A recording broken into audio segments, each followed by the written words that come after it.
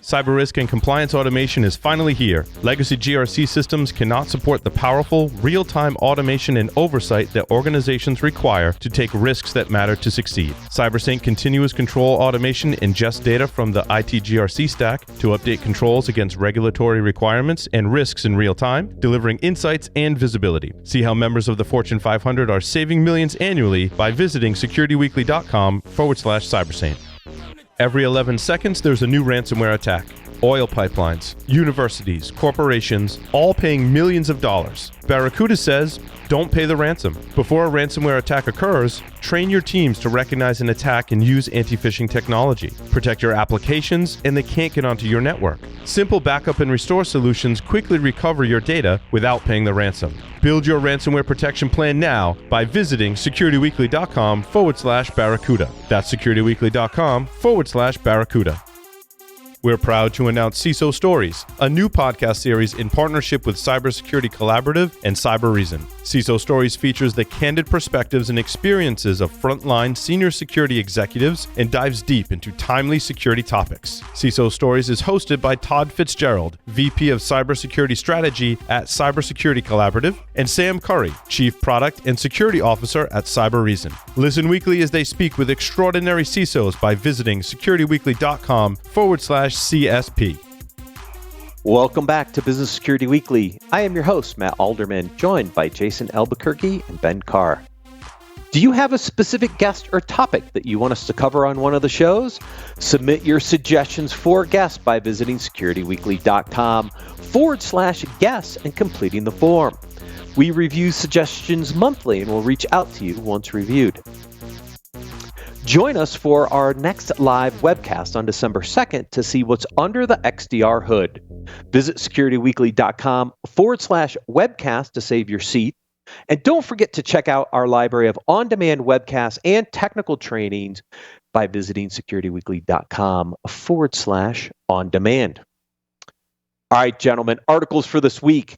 Having just spent a great discussion about board and the CISO, some of these articles just align so perfectly this week, because the first article that comes out is, what did the board know and what did they do about it? And it's all around this SolarWinds lawsuit that was filed against the board of directors, I believe.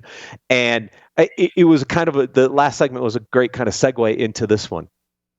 Yeah, the CISO. Yeah, no, I think. Well, go ahead, Ben. Go ahead. No, I was just going to say the CISO was named directly in that lawsuit, or at least one of them as well. Yeah, and that brings up some of my concern, right? What was the filter between the CISO and the board, or was there one? Wasn't there one? For right. Me, it's all about, is the board getting the right information that they need to be getting, and that's always been a concern of mine. And that's why when I was hired as CISO, one of my criteria for me coming on board was I needed to report directly to the CEO. That wasn't initially part of my onboarding, that reporting structure. And it's something that I pushed really, really hard for, because, I was able to articulate the fact that there can't be that level of buffer between, a CISO, a chief operating officer, and then the CEO and the board, right? Or, the other one was, would I report to the CFO? And for me, there was just too many conflicts of interest, I guess you could say, for me to be comfortable with that. And it's something that I negotiated, that I needed to report directly up to the CEO. At one point, chief revenue officer was thrown out there as a reporting structure. And for me, that definitely was not something I wanted to have, security leadership align with, because that's conflict of interest right there. Is my job driving revenue, or is it protecting the organization? Right. I mean, if you think the CIO is a conflict of interest, the CRO probably more than definitely is. Right. But, again, it's just something that for me was so important that I needed to put that as part of my negotiation. And I understand it. CEOs don't want yet another person reporting up to them, right? But I feel that this is one of the roles, whether it's a chief risk officer, and to be honest with you, I played that role, right? So I was CISO, but I owned governance, risk, and compliance for the entirety of the organization as well. So, for me, it was worthwhile fighting that fight.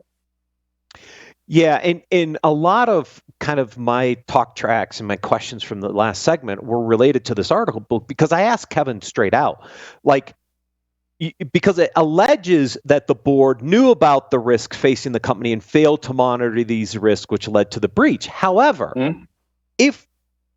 so 2 points here. Number one, were they briefed on these risks? And number two, did they have a plan in place to address these risks? Because just because you allege it doesn't mean that they're still liable for this in certain cases, because they might have had a plan to address some of this, and maybe 100%. because it wasn't identified as a critical risk, maybe it wasn't there yet, right? It'll be interesting to see how this plays out, which is again, it's that negligence conversation, right? And were they not properly road mapping out their risk remediation strategy? It's one thing to go up in front of a judge and talk about, we had this as part of our risk mitigation strategy. It was scheduled for remediation in Q3 of 2022, and here was the plan to get there. We were in process with some of the action items that we had. Like that's a conversation about the organization doing its diligence to remediate, but unfortunately something bad happened. If it was 100% either ignored or it just never bubbled up as an issue at all, that's a whole different conversation. And that's an uncomfortable conversation I wouldn't want to be having.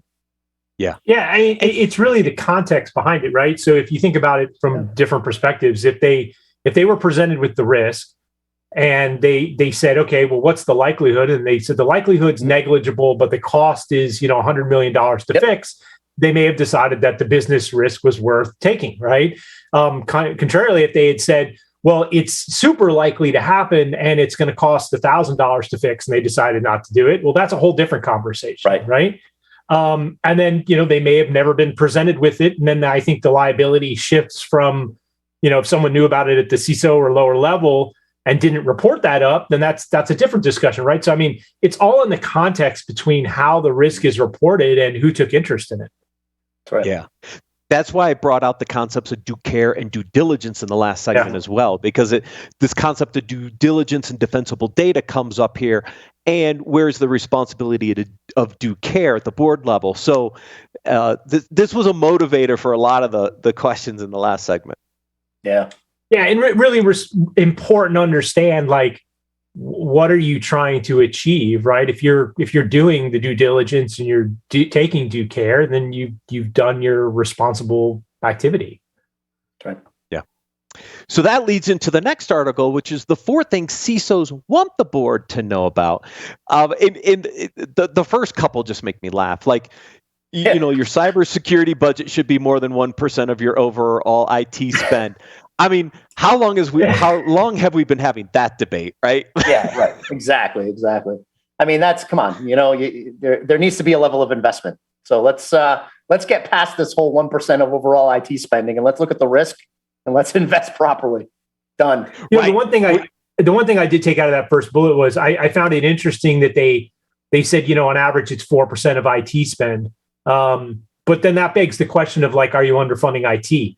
Right? Because if you're not funding IT at only half of what it should be funded, well, that 4.7% is still way underfunded. So, I question why it has to be part of the overall IT budget. Why are we still focused that was on my next point. IT? Yeah, that was it should be its own budgetary item, and you need to look at it like, is it well funded on its overall percentage of revenue? How about that? Yeah, there you go. Right.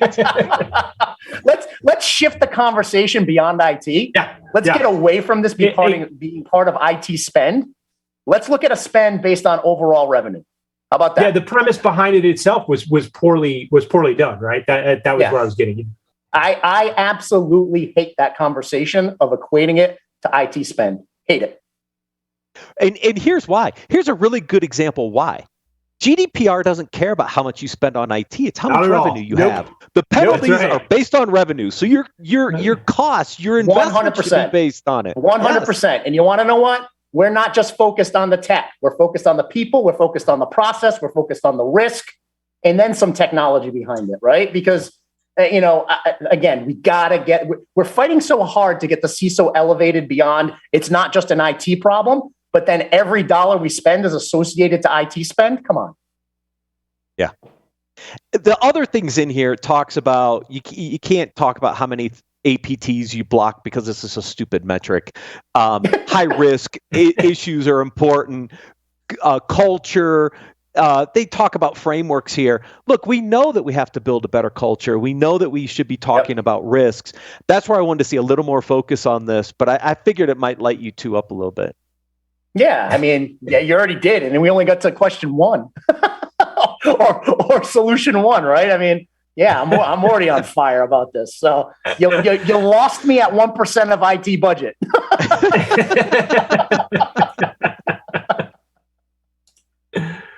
All right, so then I'm going to move to the next article because only 4 in 10 organizations have a CISO, so 60% of the organizations don't even have this conversation. Of course, like that's all you need, right? I mean, you just need a passing couple companies and everything's great. I can't understand any public company, especially a Fortune company, Fortune 500, that would have the lack of a CISO or call it something else, but somebody responsible for cyber within the organization. It blows my mind. I agree, and I mean, honestly, it's not even just publicly traded companies. It's God. I mean, even if you're an SMB, have a partner that you work with. I mean, we know that even SMBs they're under attack so much. And, you know, I had to have the unfortunate conversation with the business, and they're not an SMB. They're a little bit larger than an SMB, you know, and they came to us for an incident response activity. And ultimately they got to the point where they're like, you know what, I think we're just going to have to close shop. They were hit with ransomware. Their cyber liability insurance lapsed. And now they're looking at the spend and having to, you know, remortgage, the owners having to remortgage their entire lives. And they got to the point where they're like, I think we just have to have the conversation about shuttering the doors of this business. It's a business that's been around for 35 years.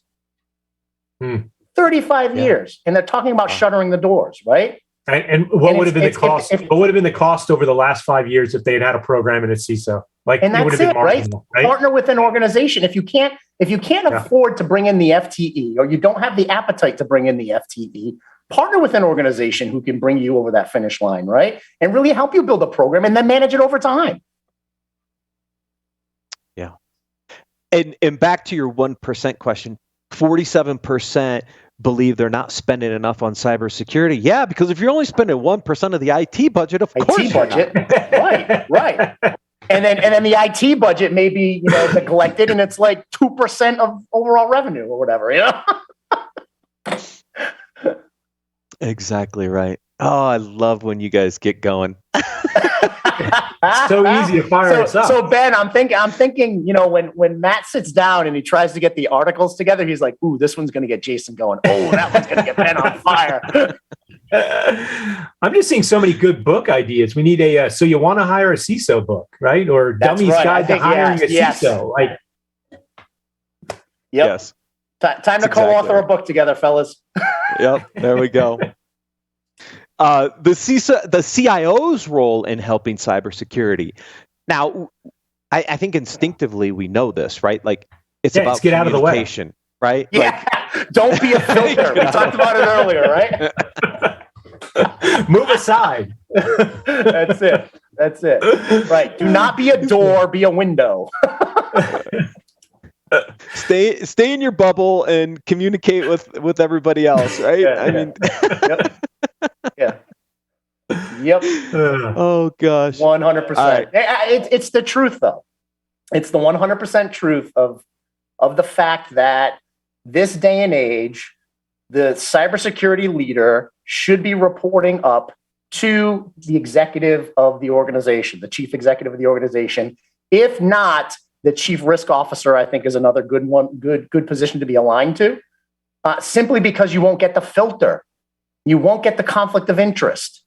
You know, we talked about it earlier. You know, would it have made sense for me to report to a chief revenue officer? Absolutely not. Would it have made sense for me to report to a CFO? Absolutely not. Right. So, you know, we have to be smart about the reporting structure and realize that there's conflicts of interest that could adversely affect the organization if there's a filter in place. Yeah, absolutely. All right. The last two articles are a little easier. All right, so I can breathe now. Yeah. You get your blood pressure down, Jason. 5 new rules for leading a hybrid team. Look, I like to bring in these leadership articles that help people, right? Because we're in this really interesting transition period still. Like, I haven't been to studio since like May, right? Everything we do is remote. It's, so when Harvard Business Review and some of these other places bring out some of these tips and tricks, I think they're good for leaders to really think about. Like, how do you want to work with your teams in this remote world? Ben and I were talking earlier this morning about some stuff from a remote perspective, right? And these tips, I think, are things you really have to think about as a leader. The first one I love, like, make work purpose-driven. Like, this is what your employees want. They want a purpose, right? They want to be there to deliver on a purpose. And every time I've left a job, one of the main reasons was the purpose was gone. Like, when the purpose is gone, you're not staying. Like, engagement. So Matt, I'm gonna interject here really, really quick, right? Because the title of the article, and for me, words matter so much, especially when you're reading an article and you have an author, and 5 new rules for leading a hybrid team. Now let's take a step back. Make work purpose driven. Should I be doing that only hybrid, or should I have been doing that the whole time? I would argue the whole time. Trust your people more than feels comfortable. These are things we should have been doing, no matter what. Trust your people more than feels comfortable. Should have been doing that, even if it wasn't a hybrid environment. Provide clarity. Should have been doing that as well. I'll sit back and say, all right, learn in the small moments, send people nudges. Okay, you don't have the water cooler conversation anymore. You don't have I used to call it the drive-by, where people would walk by my office and go, oh, your doors are open. Oh, all right, let me come in. All right, I can take that one, send some nudges virtually. Cool. Include everyone. Yeah, we probably should have been doing that before as well. So for me, it's like, wait, hold on a second. Are these new rules, or is this the shit we've been neglecting? No, hey, Jason, now all of a sudden it's coming out because it's hybrid. When you go back into the office, just don't include everyone. That's the lesson here, right? That's only pertinent in a hybrid environment. I mean, you understand where I'm coming from, right? Yes, these are things we should have been doing the entire time. Right. But probably things you have to focus on or work harder at in a hybrid environment. Sure, but you should have been they're not 5 new rules, Matt. They are not 5 new rules. That's true. They're the 5 old rules that you really need to concentrate on in a hybrid workforce. And screwed it all up, and now you have to rewind and do it retroactively. Got it. And here's why. Right? We've seen 4 million people just resign, like literally step out of the workforce. Like, I'm done. Yeah. There's 10.4 million jobs. I'm out of here. I'll get something new. Exactly right. Or this is why. This is why. They may not get anything new, actually. They may just be like, I'm done with all the BS. I'm out of here. 4.4 million leave their jobs when you have 10.4 million job openings. All we did is we just increased the number of jobs we need by like 40%. 100%. And this is why. Because the new rules are make work purpose driven. That's not a new freaking rule. I'm sorry.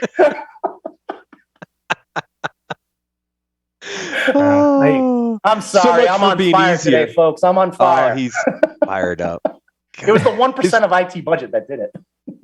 It was. Actually, I think you know what it was.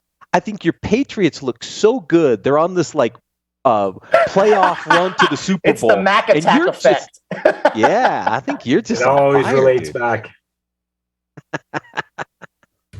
So it started on Thursday night with a 25-0 thumping of the Falcons, and there you go. I throw out a 1%er, and that's it. Game over. I love it. All right, last article before we get to the Thanksgiving break. Now, this was interesting. I'm writing a book, and I go to language, right? And I've got this paragraph highlighted. Similar to financial planning, cybersecurity should be incorporated as part of everyday business. We said that a million times. It's not an add-on. It should be embedded in the organization, which is why we use the term embedded endurance strategy. They're writing this book. But I stop and I think about that for a second. Like, embedded endurance strategy. Is that what this is? Like, I'm not quite sure that's it either. Like, I'm curious you guys' thought on that term, because I'm not sure that was what I was expecting. No, I mean, I would call it more of a business resilience strategy. At the end of the day, if I were going to try to coin something markety and something that they would an embedded endurance strategy, I don't get it. Yes. I went down the resilience discussion as well. Like, why wouldn't you use business resilience? Because to me, that's what it's all about. It's not about endurance per se. I mean, like, maybe if you're a runner, endurance matters. But wait a minute. I get it, Matt. Hold on. Again, this is me on fire, right? We have to have endurance for the 7 weeks it's going to take to remediate the ransomware attack that just hit us, right? No. It's not the endurance side. You know what I mean? It's like, it's all about trying to make resilience. things sound more important than they are. That's because right. People don't want to focus on resiliency. That's right. They want Stop trying to validate our own existence. Exactly right. And again, at the end of the day, this all goes back to risk and managing risk, right. and like understanding that cybersecurity is part of the broader risk discussion. This is what we were talking about in the last segment. If cybersecurity is one of the risks that the board has to manage from a fiduciary responsibility, because they also have to manage financial risk and all the other risks that are out there, then this is a risk discussion. Why do we have to come up with new names and new terms and new stuff to just basically say, can you just manage risk? That's right. And you want to know what it does? It creates more confusion. So now you'll have this member of a board of directors going to the CEO, hey, what's this embedded endurance strategy thing? Maybe we should talk about that. Come on, it's noise. It's noise. Gentlemen, it's always so much fun to have you on. I love the dialogue. Everybody, please have a happy Thanksgiving. Thank you for joining us today. We'll see you next week on Business Security Weekly.